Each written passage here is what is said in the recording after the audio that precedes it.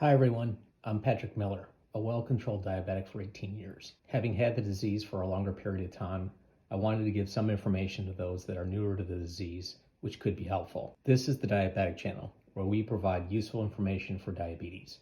We're trying to get to 500 subscribers, and subscribing to the channel could really help us out. If you could hit that subscribe button, that would be awesome. Today, I wanted to talk about 10 myths with regards to diabetes. The first myth is that eating too much sugar gives you diabetes, or that people with diabetes are to blame for their own condition. Type 1 diabetes is caused by genetics and problems with the immune system, whereas family history and lifestyle factors likely play a part in developing type 2, though it is not well understood the exact causes of type 2 diabetes. And although being overweight can trigger type 2 in some people, this is not true for everyone and is more likely to be caused by overeating fats and more complex carbohydrates and not simply sugar. The second myth is that diabetes is not all that serious. Unfortunately, that couldn't be further from the truth. Diabetes comes 8th on the World Health Organization's list of top 10 causes of death, and it increases the risk of developing the top 2 on the list, heart disease and stroke. The third myth is that type 2 diabetes is a mild form of the disease. Neither form of the disease is mild, and one needs to follow the advice of your medical team to avoid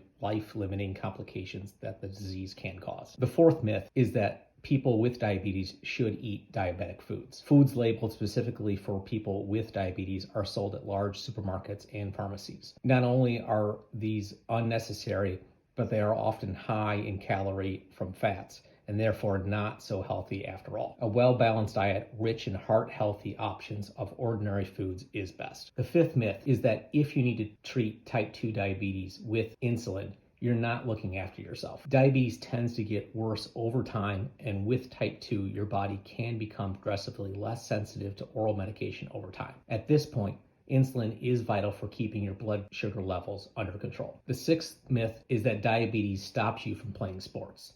There are a lot of professional athletes who have diabetes, including Scott Allen, the Scottish footballer who plays in the Irish League Premiership, Chris Jarvis, the Canadian Olympic rower, and Jay Cutler, the American football quarterback who played for the Denver Broncos and Chicago Bears.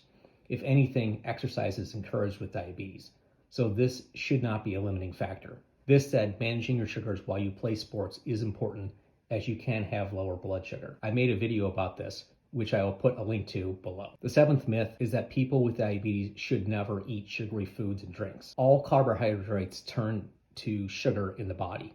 Your body needs sugar for some very important functions, including brain function, and it is the energy that your muscles need to work. From the body's perspective, eating a large glazed donut or eating a baked potato will both push blood glucose or blood sugar higher by about the same amount, as they both contain about 36 grams of carbohydrates. Eating a diet with fewer carbohydrates will really keep your blood glucose levels lower. However, the body needs some carbohydrates or sugar to function. The eighth myth is that I will develop diabetes because I'm overweight. It is true that excess weight increases your chance of having diabetes. However, many people who are overweight or obese never develop diabetes, and people who are normal weight or only a little overweight do develop diabetes. Your best bet is to take steps to lower your risk by using nutritional changes and physical activity to lose excess body weight. The ninth myth is diabetes always leads to blindness and amputation. This is exaggerated, as the risks of diabetes can be prevented or delayed with proper care and treatment. Having an A1C below 7 greatly reduces the complications from diabetes, while having an A1C above 7 greatly increases the risks of complications from diabetes. The final myth is that pre-diabetes always leads to diabetes. This is not inevitable, as pre-diabetes can be reversed with lifestyle changes and medication. The new class of drugs called